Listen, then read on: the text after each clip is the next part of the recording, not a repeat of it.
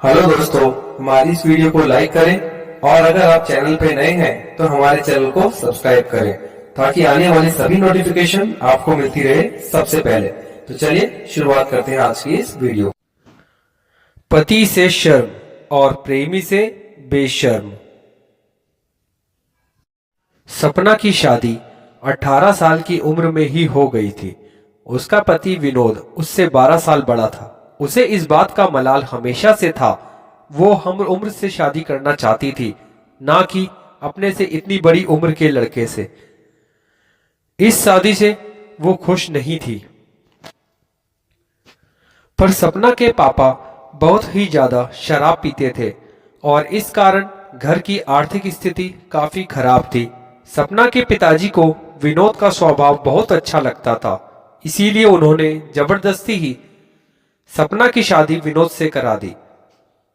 विनोद सपना को रखता तो बहुत अच्छा था, उसका पूरा ध्यान रखता था और उससे बहुत प्यार करता था। पर सपना अभी पूरी तरह विनोद से खुल नहीं पाई थी। उसमें बचपना बहुत ज्यादा था, इसीलिए अगर विनोद उसे कभी किसी बात के लिए समझाता तो उसे बहुत बुरा लग जाता कि ये पति कम और पिता ज्यादा है मेरा। बात बात पर मुझे पापा जैसे डांटता है। ऊपरी तौर पर सपना पत्नी होने के सभी धर्म निभा रही थी, पर पति के साथ होकर भी मन से वो हमेशा अकेला ही महसूस करती थी अपने आप को। उसे कई बार ऐसा लगता कि काश कोई ऐसा होता जो मुझे समझता, कोई हम उम्र जिसके साथ मैं अच्छा महसूस कर पाती। पर मन मसोस कर रह जाती। देखते ही देखते शादी को 2 साल हो गए और सपना को एक बेटी भी हो गई। धीरे धीरे सपना भी अपनी जिंदगी में व्यस्त हो गई। विनोद के ऑफिस में एक दिन एक नए लड़के देवेश का ट्रांसफर हुआ। देवेश उसका जूनियर था और दूसरे शहर का था। वो विनोद की उम्र से बहुत ज्यादा छोटा था, पर दोनों की अच्छी बनने लगी थी। अपना घर दूर होने की वजह से देवेश कभी कभी विनोद के घर आता था। विनोद के घर आने पर देवेश को बहुत अच्छा लगता था। वो विनोद की बेटी के साथ खेलता था। कभी कभी शाम का खाना भी वो वहीं पर ही खाता था और धीरे धीरे ये सिलसिला रोज का हो गया। शाम का खाना देवेश रोज विनोद के घर ही खाता था।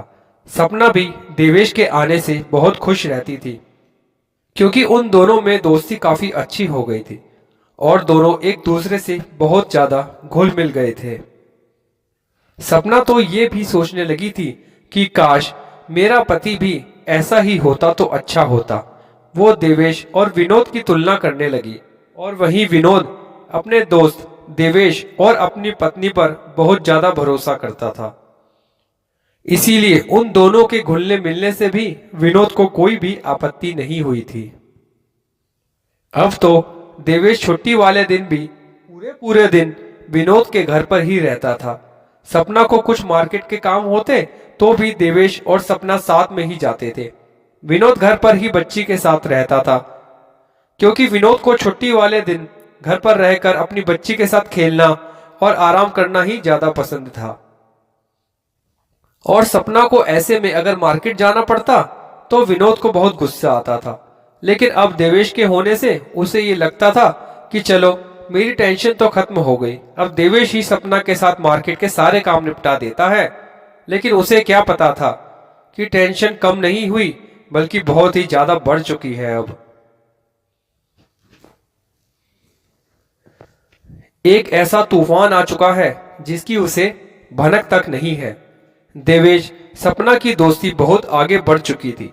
वो ये भूल चुकी थी कि वो एक शादीशुदा औरत है और शादीशुदा होने के साथ साथ एक बच्चे की माँ भी है। देवेश कुंवारा ही था, इसीलिए उसे तो मजे ही आ रहे थे। सपना और देवेश बहुत करीब आ गए थे और सपना को लगा कि मेरा तो यही पति होना चाहिए था। उम्र भी लगभग दोनों की बराबर ही थी और शौक भी एक ही जैसे थे। दोनों में ही बचपना बहुत ज्यादा था। दूसरी तरफ विनोद थोड़ा गंभीर स्वभाव का था। बहुत ज्यादा अच्छा स्वभाव था उसका, क्योंकि उसने एक बार भी ये नहीं सोचा कि देवेश और सपना मिलकर उसे इतना बड़ा धोखा भी दे सकते हैं। उन दोनों ने विनोद के इसी भरोसे का भरपूर फायदा उठाया। विनोद को रोज रात को थोड़ा शराब पीने की आदत थी, तो कभी कभी देवेश भी उसके साथ पीने के लिए बैठ जाता था। विनोद की ज्यादा हो जाती तो देवेश भी रात में वहीं रुक जाता था। सपना और देवेश सिर्फ विनोद की गहरी नींद का इंतजार करते थे, और जब विनोद सो जाता था वो दोनों साथ में हो जाते थे। दोनों अपनी जिंदगी खुलकर जी रहे थे, पर पूरी पूरी सावधानी रख रहे थे, क्योंकि दोनों ही ये नहीं चाहते थे कि विनोद को इस बारे में भनक भी लगे। देवेश विनोद को धोखा देना नहीं चाहता था, पर सपना के सामने आते ही वो सब कुछ भूल जाता था और दोस्ती पर उसका प्यार भारी पड़ रहा था। और सपना के भी हाल कुछ ऐसे ही थे। वो भी विनोद को धोखा देना नहीं चाहती थी, क्योंकि उसे तो विनोद अच्छे से रखता ही था और कभी किसी तरह का कोई दुख भी नहीं दिया था। फिर भी विनोद से इतनी दूर थी और देवेश के इतना करीब। इसीलिए दोनों ही यही सोचते थे कि विनोद को किसी भी हाल में ये पता नहीं चलना चाहिए कि हमारे बीच में अफेयर है। दोनों का ये सिलसिला काफी समय तक चलता रहा। हालांकि विनोद के परिवार वाले जरूर बातें बनाने लगे थे सपना और देवेश को लेकर, लेकिन कभी विनोद के मुंह पर किसी की कुछ भी कहने की हिम्मत नहीं हुई। उन्हें बस यही लगता था कि विनोद ने अपनी पत्नी को जरूरत से ज्यादा ही छूट दे रखी है, कुछ ज्यादा ही भरोसा कर रखा है उस पर। लेकिन ऐसी बातें आखिर कब तक छुपती है। विनोद को भी थोड़ा शक होने लगा, पर उसने शक करने की बजाय अपनी पत्नी से सीधा सवाल करना ही सही समझा। जब विनोद ने सपना से उन दोनों की दोस्ती पर सवाल किया तो सपना साफ साफ झूठ बोल गई। उसने इतनी सफाई से झूठ बोला कि विनोद उस पर यकीन कर बैठा। सपना ने जब देवेश को सब कुछ बताया कि विनोद को अब उन दोनों पर शक होने लगा है, तब देवेश ने घर में आना कम कर दिया। अब सपना ने बाहर जाना शुरू कर दिया था और दोनों बाहर ही मिलने लगे थे, ताकि शक के दायरे में कभी ना आ पाए। इधर देवेश के घर वाले उसके लिए लड़की देखना शुरू कर रहे थे, पर देवेश अभी शादी नहीं करना चाहता था। उसे भी सपना से प्यार था और वो उसके साथ ही रहना चाहता था। विनोद ने देवेश से तो कभी कुछ नहीं कहा, इसीलिए कभी कभी तो देवेश घर पर आ ही जाता था। पर ऐसे में वो सपना से थोड़ा दूर ही रहता था और सपना भी देवेश को बस दूर दूर से देखकर ही खुश हो जाती थी। 3 साल हो गए थे देवेश और सपना के अफेयर को। अब देवेश का ट्रांसफर दूसरे शहर में हो गया। अब इस शहर में रुकने का कोई दूसरा बहाना तो था ही नहीं, नौकरी तो उसे करनी ही थी,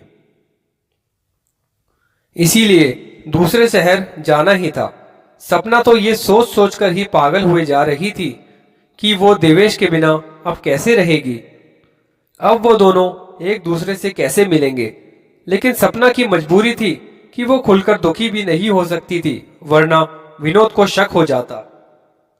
वो दिन भी आ ही गया जब देवेश चला गया। अब तो देवेश सपना थोड़ी बहुत बातें फोन पर ही करते थे। उधर देवेश के घर वालों ने उसके लिए लड़की पसंद कर ली और उस पर शादी का दबाव बनाना शुरू कर दिया। वो भी आखिर कब तक टालता। दूसरे शहर में भी वो अकेला ही हो था और उसने शादी के लिए हाँ कर दी। जब देवेश की शादी की बात सपना को पता चली तो उसका दिल टूट गया और उसे लगा कि मुझसे दूर होते ही इन्होंने तो अपने लिए लड़की पसंद कर ही ली। कहाँ मैं इतने अच्छे पति के साथ होते हुए भी उन्हें धोखा दे रही हूं इसकी वजह से। उन्होंने कभी भी मुझ पर शक नहीं किया, इतना विश्वास किया, मेरा इतना ध्यान रखा, और देवेश को तो मौका मिलते ही वो यहां से भाग गया और शादी के लिए हाँ भी कर ली। आखिर में मेरे पति ही मेरे साथ रह गए।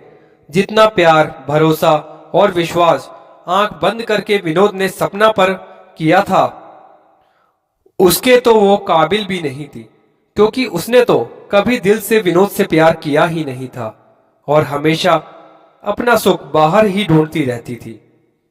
लेकिन देवेश की शादी की बात सुनकर उसे इन सारी बातों का बहुत ज्यादा एहसास हुआ और वो भगवान का धन्यवाद किया कि अच्छा हुआ इन बातों का पता मेरे पति को नहीं चला। वक्त पर सपना को भी अकल आ गई कि उसके जैसी बेवफा पत्नी के लिए विनोद जैसा पति किसी भी वरदान से कम नहीं था। इस एहसास के साथ ही उसे विनोद से और ज्यादा प्यार हो गया और विनोद की इज्जत उसकी आंखों में और बढ़ गई। तो दोस्तों, ये थी हमारी आज की कहानी सपना और विनोद की। दोस्तों, आपको क्या लगता है, क्या सपना ने अपनी पत्नी धर्म का पालन किया और उसने जो विश्वासघात विनोद के साथ किया वो किस हद तक जायज था? क्या आप मानते हैं कि विनोद को सपना और देवेश के रिश्ते के बारे में पता चलना चाहिए था? वो जिस बीवी को इतना चरित्रवान समझता है, उसकी असली सच्चाई विनोद के सामने क्या आनी चाहिए थी या नहीं? आप हमें अपनी राय कमेंट बॉक्स में जरूर बताएं। धन्यवाद। और अगर आप चैनल पे नए हैं तो हमारे चैनल को सब्सक्राइब करें ताकि आने वाली सभी नोटिफिकेशन आपको मिलती रहे सबसे पहले।